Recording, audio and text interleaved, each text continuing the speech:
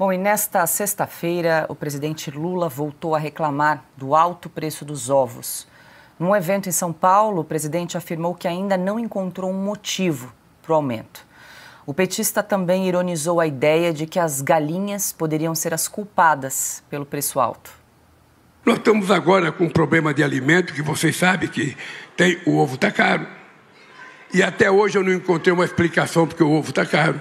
Eu estou querendo descobrir aonde é que teve um ladrão que passou a mão, sabe, no direito de comer ovo do povo brasileiro. Alguém está sacaneando as galinhas. Alguém está sacaneando as galinhas. Sabe, alguém pode ficar certo que está sacaneando as galinhas. Porque essas galinhas que botam ovo, elas ficam trancadas. Elas, coitadas, ficam pondo 3 ovos por dia. É só comendo, bebendo água e pondo ovo. Comendo, bebendo e pondo ovo.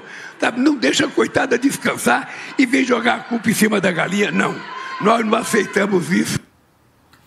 Isso aí não é o Lula o culpado, porque ele é um ladrão bem mais sofisticado e guloso aí do que ladrão de galinha. Eu acho que ele ainda não age nessa área. Agora, fazer uma pergunta dessas, se foi o Sidônio que sugeriu. Pois é, piada pronta, né? Já ouviu o Alexandre? Pois é, eu estava pensando numa música de fundo. Né?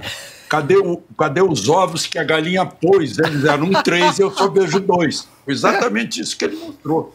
Agora eu fico imaginando, eu sei que é cômico, já imaginou num mesmo palco a reitora que ele nomeou lá para a Universidade Federal do Rio Grande do Sul e ele falando dessas questões? Né? Semana passada eu falei aqui na sexta-feira que ele ia acabar decretando uma intervenção no galinheiro. Né? Eu não estou entendendo cadê o ovo que a galinha pôs. Mas vira ridículo, né? E quando a pessoa cai no ridículo, meu Deus do céu, essa é a pior coisa que pode acontecer, tanto para a reitora quanto para o presidente. Deixa eu trazer outra declaração aqui do Lula, porque segundo o presidente, a produção nacional de ovos é mais do que o suficiente para abastecer o mercado interno, e isso então não justificaria a elevação dos preços. O povo brasileiro come em média 260 ovos por ano. É pouco, não dá nenhum por dia. Mas sabe qual é a nossa produção de ovo esse ano, prefeito? Você sabe quantos ovos o Brasil vai produzir esse ano? 59 bilhões de ovos. Nós vamos produzir 59 bilhões de ovos. Então não tem explicação, esse ovo está caro. Quer complementar, Augusto? Seriamente. Vamos ver se a Ana concorda comigo. Se o Biden fizesse um discurso parecido, ele teria sido aposentado muito mais cedo pelo eleitorado americano e substituído pela Kamala Harris. Porque isso aí é um caso grave, né? Tem de examinar o que está acontecendo na cabeça do Lula. Não é normal. Ele já falou de ovo de ema. Ele está com uma fixação. Ele está com fixação com ovo aí que, olha, nos Estados Unidos teria apressado o processo. Ele cometeu mais um erro agora. Ele disse que nós produzimos 59 milhões. Não, quem produziu foi a galinha. Foram as galinhas, né? Então, uma confusão danada. Aliás, fazer uma propaganda para o ovo, né? É o melhor alimento depois do leite materno. É o ovo mais completo. E deixa eu trazer aqui, já que estamos falando do ovo, de acordo com o IPCA, o preço dos ovos de galinha, não de ema, os ovos de galinha, teve um aumento de 15% somente entre janeiro e fevereiro deste ano. E aí, mais uma vez, o presidente prometeu que o governo vai conseguir baratear o preço da carne bovina. Então não tem explicação, esse ovo está caro. Alguém está passando a mão. Esse é o dado concreto. E nós queremos saber quem é. Ana, vou ter que reforçar a pergunta do Augusto aí. Se fosse aí nos Estados Unidos esse discurso com Biden, já teria afastamento aí mais cedo?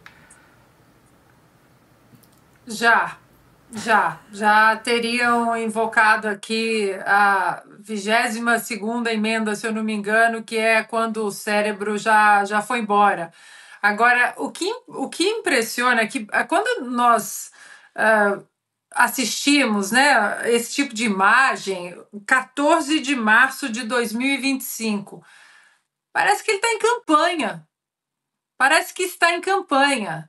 Nós ligamos a televisão aqui, por exemplo, e quando nós vamos ver o que o presidente Donald Trump está fazendo hoje, ele está ou no Salão Oval, ou ele está encontrando no Salão Oval com representantes do mundo, ou ele está numa reunião com investidores estrangeiros aqui no Brasil, uma reunião fechada, ou ele está numa reunião ministerial dele, com todos ali sentados à mesa. O Lula não faz isso, é o tempo todo em cima de um palco, como se ele estivesse numa campanha eleitoral eterna. É porque ele não está nem aí para o Brasil. Eu acho que o brasileiro já entendeu. Nós não precisamos, não queremos mais esse tipo de governante que não desce do palco. Agora, um pequeno detalhe, né? Nós falávamos da Janja viajando para baixo, para cima, gastando dinheiro, o Gonê protegendo a Janja, né? Com a gastança do dinheiro do pagador de impostos. E o Geraldo Alckmin ali, o vice que deveria estar viajando, né? Para compromissos diplomáticos quando o Lula não pode ir, ali sentadinho, quietinho, sem falar nada. Só colocam o Alckmin ou para ficar como um fantoche ali no mais absoluto silêncio, ou então vai lá para o parlamento iraniano fazer coro com aqueles terroristas gritando morte à América. Que final de carreira, né? O quê? Tá acontecendo uma crise no STF? Ministros estão irritados justamente com ele, Alexandre de Moraes. Olha, que o STF é a instituição mais fechada, mais corporativista e é a que mais se autoprotege em toda a República Brasileira, toda vez que se torna alvo de críticas, olha, isso eu, você, todo mundo tá cansado de saber.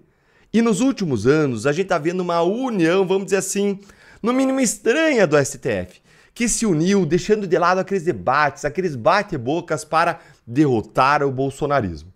Mas vez ou outra, algumas rachaduras, fissuras começam a surgir ali na fachada dos ministros do Supremo. Isso quando as discordâncias lá dentro chegam a um ponto insustentável.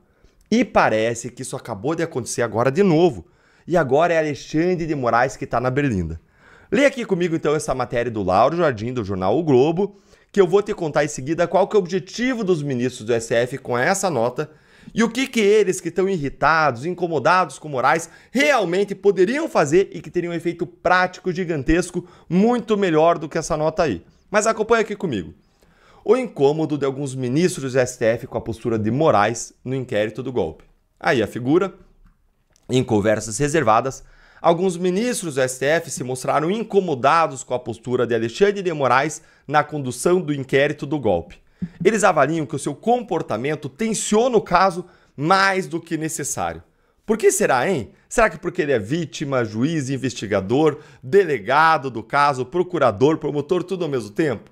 Será que porque ele está querendo fazer tudo em um ano, pressionando o tempo? Será que é porque ele quer que todo mundo vote com ele, usa pressão? Será que é porque ele adota várias medidas abusivas contra os investigados? Por que será, hein? Razões aí sobram. Mas olha esse complemento aqui, ó. Esses ministros, porém, não dirão isso em público. Gente, isso aí que eles estão falando, como diz a matéria aqui, seria em conversas reservadas. Mas agora elas se tornaram públicas por meio dessa nota para o Lauro Jardim. Pessoal, pensa aqui comigo. Por que os ministros do STF, que estão incomodados, que estão irritados com a postura do Moraes, eles dariam essa informação para o jornalista publicar? Com certeza há um objetivo, porque os ministros do STF, eles são muito hábeis politicamente, eles não dão ponto sem nó. Senão, não seriam ministros. Acho que isso já está claro para todo mundo. Então precisa existir aí um objetivo. Com certeza, não é só para desabafar. Isso você faz em casa, com a sua família, com seus amigos. Há um objetivo político na divulgação dessa informação, com certeza. Qual que é? Olha, se você está gostando desse vídeo, só para lembrar, curte aí, que é um jeito de você ajudar o canal a continuar a levar informações e análises para você, e é um jeito de você e outras pessoas continuarem a receber esse tipo de conteúdo. Vamos lá, então. Qual que é o objetivo da divulgação aí dessa informação na coluna do Lauro Jardim? Sem dúvida alguma, o objetivo deles é mandar um recado direto ao próprio Moraes. Essa nota ela tem o endereço certo, e é o Gabinete de Moraes do Supremo. O que acontece é que esses ministros do STF, provavelmente eles não têm condições ou entendem que não é conveniente confrontar o Moraes pessoalmente lá no tribunal. Porque isso poderia enfraquecer esses ministros, poderia enfraquecer o relacionamento, gerar um desgaste, uma tensão ali individual. Eles iam sofrer o ônus disso.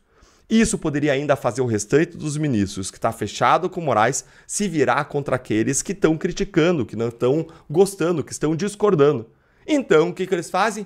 Eles vão e eles mandam o recado via imprensa, via um grande colunista que eles sabem que o Moraes vai ler e vai entender. E o recado aqui é claro.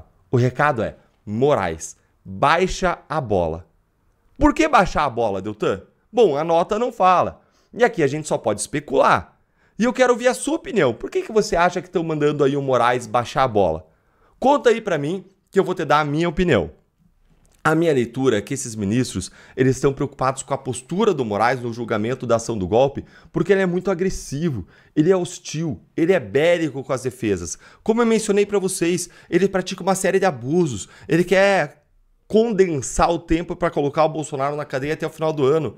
Isso lá é algo comentado há muito tempo, como o Moraes se comporta sempre como se ele fosse um inimigo dos investigados, um inimigo dos réus, das defesas, quando essa não é a postura que ele tem que ter como juiz. Vocês lembram dele agora recentemente, ele atacando o Elon Musk? Ele fez isso também um pouquinho lá atrás, naquele Museu da Democracia. Quando foi inaugurado lá no Rio de Janeiro, ele foi lá e descascou Elon Musk. Mas ele fez agora recentemente, também na aula que ele deu para estudantes lá na FGV. A postura dele deve ser de um árbitro imparcial. Mas ele já jogou isso pela janela, já jogou fora. Faz tempo essa ideia de ser um árbitro imparcial. E o que mudou agora? O que mudou agora é que a gente está diante do que vai ser talvez um dos julgamentos mais televisionados e acompanhados pela sociedade na história do Brasil. Talvez até mais do que o julgamento do Lula na Lava Jato. E tudo vai ficar registrado para a posteridade. Se Moraes continuar com essa mesma postura nuclear em relação às defesas, isso pode gerar cada vez mais críticas à sociedade contra os ministros do Supremo. Isso pode criar um clima político contrário ao tribunal na sociedade, na imprensa, no Congresso, nas ruas, com manifestações, enfim. Pode gerar um consenso na sociedade sobre o que a gente sempre denuncia aqui: os abusos reiterados de Moraes, que são ilegais e deveriam ser todos anulados e ter como consequência o afastamento dele do STF por meio de um processo de impeachment. E muitos ministros já perceberam que o capital político do STF está absolutamente corroído, que se esgotou. Afinal, veja aí, a avaliação positiva do STF, que já era baixa de 31%, uma a cada 3 pessoas, caiu para 12%. Ou seja, uma a cada 9, 10 pessoas avalia o STF de forma negativa ou não avalia de forma positiva, para ser exato. Gente, isso significa que quase ninguém acha que o STF está fazendo um bom trabalho. Ou seja, no fundo, a preocupação desses ministros incomodados com Moraes é mandar uma mensagem para fora de que eles não estão ali no monolito, de que tem gente que discorda, e é também eles se protegerem. É uma preocupação, no fundo, com eles mesmos, deles se resguardarem, se salvarem a imagem do tribunal e a própria pele. Mas sabe o que esses ministros realmente poderiam fazer de útil a partir do seu incômodo com a postura do Moraes? O que eles poderiam fazer seria discordar de Moraes dos seus votos e divergir dele, especialmente se um desses ministros for um ministro da primeira turma. O que eu acho bem difícil de acontecer. Provavelmente é da segunda turma. Se fosse da primeira, ia lá e ia registrar no voto. Mas provavelmente mandou recado para a imprensa porque alguém da segunda turma. O que eles podem fazer é criticar os abusos de Moraes nos seus votos, julgando realmente de acordo com a Constituição. Eles podem fazer isso nos casos do 8 de janeiro. Se eles não vão julgar a trama golpista, os casos do 8 de janeiro estão no plenário. Se eles forem da segunda turma, o que é mais provável, eles poderiam inclusive oficiar o ministro Barroso, que é o presidente supremo, e pedir que a ação do golpe seja julgada no plenário. Porque eles, como ministros, têm o dever de julgar o caso. Afinal de contas, se metade está ali, mais de metade do 8 de janeiro está no plenário, tudo tinha que estar, é conexo, é relacionado. Mas eles estão derrubando uma regra atrás da outra. Não vale mais a regra, não vale o império da lei. Eles têm o dever de julgar o caso, eles deveriam fazer isso, oficiar o ministro Barroso. Isso sim seria útil. Mais útil do que aí recadinhos da imprensa. Mas aí eles estariam comprando uma guerra aberta Em geral, as pessoas não querem pagar o preço e fazer o sacrifício para lutar por justiça. Querem só manter a sua imagem e tomando um recadinho ali pela imprensa, né? E sabe o que você pode fazer se você estiver incomodado com Moraes? Você pode protestar.